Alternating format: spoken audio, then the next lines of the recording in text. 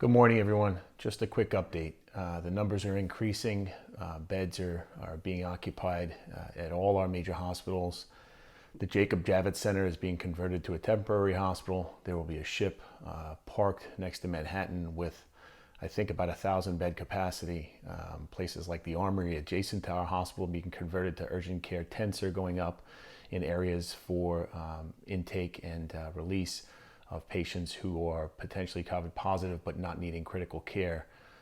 Telehealth is at full operations with all of our doctors at Columbia and Cornell seeing patients remotely. And somehow or another, people are on Twitter driving past hospitals and saying that this crisis is not real. So just do yourself a favor. If you drive past a hospital, recognize the fact that we don't treat people on a sidewalk. We generally treat them inside the hospital, and we also don't convene in the lobby of a hospital to take care of people. We're in the emergency rooms or on the floors or in the critical care units.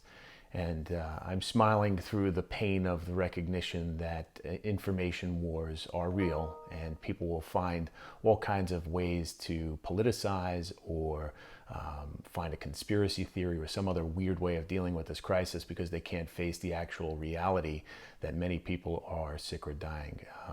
Unfortunately, we've had the circumstances in our circle of losing some friends and acquaintances already. And it's never a statistic when it's someone you know.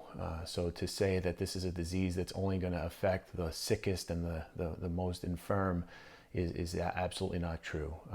People with comorbidities, obesity, diabetes, hypertension, coronary artery disease, asthma, pulmonary disease such as COPD, age greater than 65 are all at risk. They're in the high risk category, and those numbers can be quite frightening.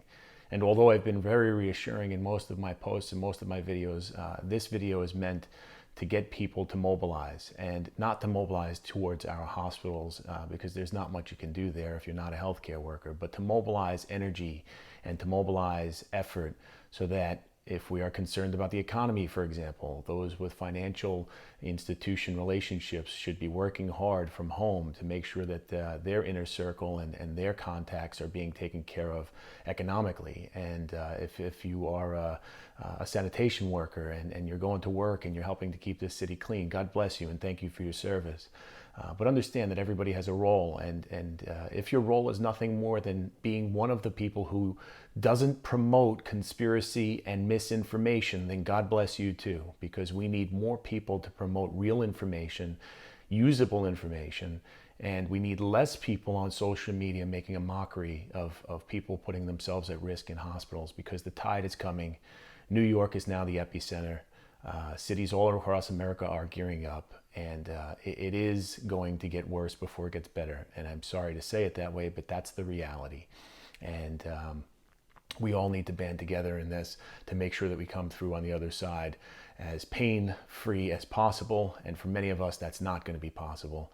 There's going to be some pains. There's going to be some aches along the way. But do yourself a favor, do your friends a favor, your family, and as a citizen of a great country, do your country a favor and find real information. Stay away from these conspiracy theories. Stay away from Fox News and CNN, and focus on real information from real people.